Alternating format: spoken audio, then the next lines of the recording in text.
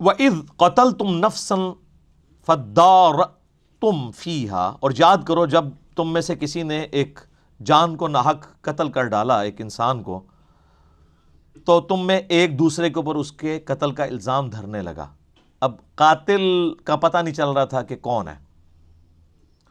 ظاہر ہے اس زمانے میں علم غیب تو کوئی نہیں ہوتا تھا نا، یہ تو بعد کے بزرگوں کو آیا، حالانکہ وقت پیغمبر بھی موجود ہیں، اللہ نے ان کو بھی نہیں بتایا کون قاتل ہے۔ تو اللہ تعالیٰ نے وہ جو گائے قربان کی تھی نا، اس کے ذریعے وہ اگلا معجزہ ظاہر ہوا۔ واللہ مخرج ما کنتم تکتمون، اور اللہ تعالیٰ ظاہر کرنے والا تھا جو تم چھپا رہے تھے کہ اصل قاتل کون ہے۔ فَقُلْنَا اضْرِبُوهُ بِبَعْضِهَا، تو ہم نے پھر یہ وحی کی موسیٰ علیہ السلام کو کہ وہ جو گائے قربان کی ہے نا، اس کے گوشت کا کوئی ٹکڑا اس مردے کے ساتھ ٹچ کرو جس کو قتل کیا گیا ہے، تو وہ وقتی طور پہ مردہ زندہ ہوگا اور بتا دے گا میرا قاتل کون ہے۔ اب یہ معجزہ ہے، وہ دنیا میں واپس نہیں آیا، بس وہ اس کے ساتھ پھر دوبارہ مر گیا۔ کذالک یحیی الموتیٰ، بالکل اسی طریقے سے اللہ مردوں کو بھی زندہ کر لے گا۔ ویریکم آیاتہ لعلکم تعقلون، اور وہ تمہیں اپنی قدرت کی نشانیاں معجزات دکھاتا ہے تاکہ تم سمجھ جاؤ۔ یعنی انبیاء کرام علیہ السلام کی موجودگی میں اس قسم کے جو معجزات ظاہر ہوتے ہیں، اس سے مقصد یہ ہوتا ہے کہ ان کے ساتھیوں پر حجت آخری درجے میں تمام ہو جائے کہ واقعی اللہ کے پیغمبر ہیں، ان کا ایمان بڑے لیول کا ایمان ہو، کیونکہ انہوں نے تو پیغمبر کے جانے کے بعد اس دعوت کو آگے لے کے چلنا ہوتا ہے۔ اب پھر ایک اور یونیورسل ٹروتھ آ رہا ہے کہ یہ سب کچھ جس قوم کے ساتھ ہوا ہو، اتنے بڑے بڑے معجزات جس نے دیکھے ہوئے ہوں، اس کو تو اللہ تعالیٰ کے ساتھ روح گردانی والا معاملہ نہیں کرنا چاہیے نا، کم از کم اسے تو زیب نہیں دیتا کہ وہ ایسا کرے۔ ثم قست قلوبکم، اللہ تعالیٰ فرماتا ہے اس کے بعد تمہارے دل سخت ہو گئے، من بعد ذالک، اس کے بعد، فہی کالحجارہ، گویا کہ وہ پتھر ہیں، اتنے سخت دل تم ہو گئے، یعنی اللہ کی وحی سے روح گردانی کرتے، او اشد قسوہ، یا پتھروں سے بھی بڑھ کر سخت ہو گئے۔ وَإِنَّ مِنَ الْحِجَارَةِ لَمَا يَتَفَجَّرُ مِنْهُ الْأَنْهَارُ، اور بے شک پتھروں میں بھی ایسے ہیں کہ جن میں سے نہریں بہہ نکلتی ہیں۔ یعنی اللہ تعالیٰ نے کہا کہ پتھر میں سے پھر بھی پانی نکل آتا ہے، لیکن تمہاری آنکھوں میں کبھی اللہ کی محبت، اس کے ڈر کی وجہ سے آنسو نہیں آئے، اتنے تم پتھر دل ہو گئے۔ پتھروں میں ایسے موجود ہیں کہ جن کے اندر چشمے جاری ہوتے ہیں، یعنی اس کی فزیکل ریزن کوئی بھی ہو، چشمے اللہ نے جاری کر کے انسانیت کی خدمت میں لگایا ہے پتھروں کو، لیکن اللہ تعالیٰ نے ایک، چونکہ یہ ادب کی کتاب ہے، اس کی طرف اس کی تشبیہ بھی کی کہ پتھروں میں سے بھی پانی نکل آتا ہے، یہ انسان تو پتھروں سے بھی گئے گزرا ہے۔ اور یہ عین ممکن ہے کہ فزیکلی بھی ایسا ہو کہ اللہ تبارک و تعالیٰ نے ہر چیز کی جس طرح فزیکل ریزن رکھی ہوئی ہے، اس طرح اس کی ایک روحانی ریزن بھی اپنی جگہ میں موجود ہو۔ جس طرح میں کہتا ہوں شہاب ثاقب ایک فزیکل فینومینا آف نیچر ہے، لیکن الٹیمیٹلی سائنس بھی یہ کہتی ہے کہ ہم ڈیفائن نہیں کر سکتے کہ کس وقت ایسا ہوگا، اس کا ڈیسیژن کس نے لینا ہے۔ وہ کہتے ہیں it is physical phenomena of nature, اور اسی کے پیچھے تو گاڈ ہے۔ God is the only explanation of all the physical phenomena in this universe. Tectonic plates کی ڈسٹربنس سے زلزلہ آتا ہے، وہ کہتے ہیں ٹھیک ہے اس کی وجہ سے آتا ہے، لیکن ہم پوچھیں یہ کب ڈسٹرب ہوں گی، آپ پریڈکٹ کر سکتے ہیں؟ اور کون اس کو ڈیسائیڈ کرتا ہے، اس کا ٹائم پیریڈ کیا ہوتا ہے؟ وہ کہتے ہیں اس کی ہم پرفیکٹ کوئی ایسٹیمیشن نہیں دے سکتے۔ آپ کو گلوبل وارمنگ کے اوپر کتنے یہ چیختے رہے، حالانکہ اسی صدی میں جس میں یہ چیخ رہے تھے، پچھلی کئی صدیوں کے سرد ترین سال بھی آئے ہیں۔ اللہ تعالیٰ حفاظت کرنے والا ہے۔ اوزون لیئر برباد کر دی، سوراخ ہو گیا، اب خود بخود ریکٹیفائی ہونی شروع ہو گئی ہے۔ کائنات اللہ نے بنا کے چھوڑ نہیں دی ہے، اس کو چلا بھی رہا ہے۔ ٹھیک ہے انسانیت کی غلط حرکتوں کی وجہ سے بھی قرآن میں آتا ہے کہ زمین میں جو فساد ہے لوگوں کے ہاتھوں کی کمائی کی وجہ سے ہے، لیکن اس لیول تک اللہ فساد نہیں جانے دیتا کہ جو اس کا ڈیوائن پلان ہے کہ اس نے ایک خاص ٹائم پیریڈ کے لیے اس دنیا کو پیدا کیا ہے، آخری انسان تک کے لیے وہ ریسورسز رکھے گا اس پہ۔ یہ تو اللہ تعالیٰ نے اپنے ذمہ کرم پہ لی ہوئی یہ چیز۔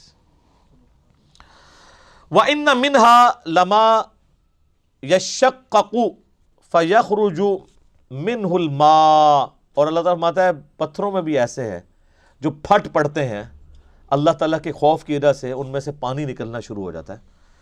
وہ تو سورۃ الاعراف میں بھی آگے چل کے آئے گا نا، لو انزلنا هذا القرآن على جبل لرأيته خاشعا متصدعا من خشیت اللہ، اگر ہم قرآن کسی پہاڑ پر نازل کرتے تو وہ بھی پھٹ جاتا، ریزہ ریزہ ہو جاتا اس کے اثر کی وجہ سے۔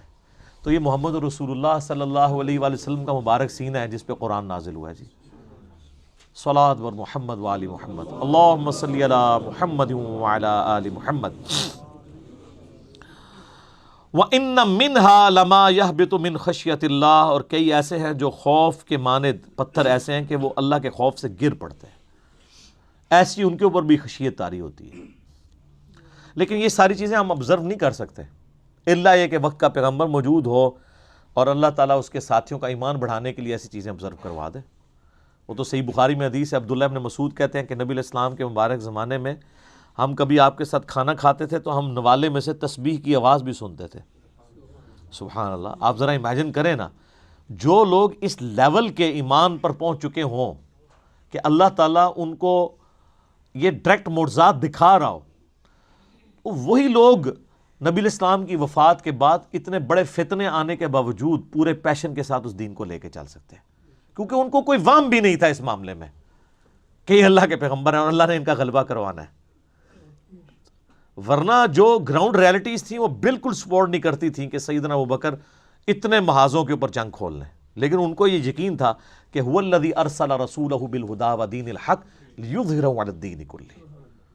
اسی لیے ڈٹ گئے اور اللہ تعالیٰ کی غیبی مدد ان کے ساتھ آئی،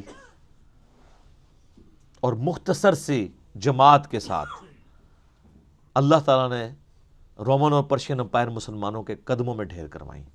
اور یہ آپ کی زندگی میں نہیں ہوا، ورنہ تو لوگ کہہ سکتے تھے کہ آپ علیہ السلام کا سٹیٹس بھی اسکندر اعظم والا ہے یا اس کے بعد چنگیز خان والا ہے، نعوذ باللہ. اللہ تعالیٰ نے آپ کی زندگی کے بعد انقلاب برپا کر کے بتایا کہ اللہ کی غیبی تائید ہے اس پیغمبر کے ساتھ. اسی لیے اس کے فالوورز اس کے بعد جبکہ ہزاروں لوگ جو نبی علیہ السلام کی زندگی میں کلمہ پڑھ کے مسلمان ہوئے تھے آپ کی وفات کے بعد مرتد ہو گئے، اس کے باوجود مختصر جماعت اس دعوت کے کام کو لے کے چلی. یہ اللہ کی غیبی تائید تھی. وَمَا اللَّهُ بِغَافِلٍ عَمَّا تَعْمَلُونَ، اور اللہ تعالیٰ غافل نہیں ہے اس سے جو تم کر رہے ہو. یعنی اللہ تعالیٰ ہر عمل سے واقف ہے جو تم کر رہے ہو. وَإِذْ قَتَلْتُمْ نَفْسًا فَادَّارَأْتُمْ فِيهَا، اور یاد کرو جب کہ تم نے ایک جان کو قتل کیا تھا اور اس کا الزام تم ایک دوسرے پر لگا رہے تھے، یعنی کسی کا پتہ نہیں چل رہا تھا قاتل کون ہے. وَاللَّهُ مُخْرِجٌ مَا كُنْتُمْ تَكْتُمُونَ، اور اللہ تعالیٰ فیصلہ کر چکا تھا کہ جو کچھ تم چھپا رہے ہو اسے نکال کر رہے گا، واضح کرے گا. فَقُلْ نَضْرِبُوهُ بِبَعْضِهَا، تو ہم نے حکم دیا کہ اس کی لاش کو اس گائے کے ایک ٹکڑے سے، اس کے جسم کے ایک حصے سے ضرب لگاؤ. كَذَلِكَ يُحْيِي اللَّهُ الْمَوْتَى، اور دیکھو اس طریقے سے اللہ مردوں کو زندہ کر دے گا. تھوڑی دیر کے لیے وہ زندہ ہوا اور اس نے اپنے قاتل کا نام بتا دیا. وَيُرِيكُمْ آيَاتِهِ لَعَلَّكُمْ تَعْقِلُونَ، اور وہ تمہیں دکھاتا ہے اپنی آیات تاکہ تم عقل سے کام لو. اب جو الفاظ آ رہے ہیں بہت سخت ہیں، بہت سخت ہیں، لیکن ان کو پڑھتے ہوئے درون بینی ضرور کیجیے گا، اپنے اندر جھانکیے گا. ثُمَّ قَسَتْ قُلُوبُكُمْ، پھر تمہارے دل سخت ہو گئے.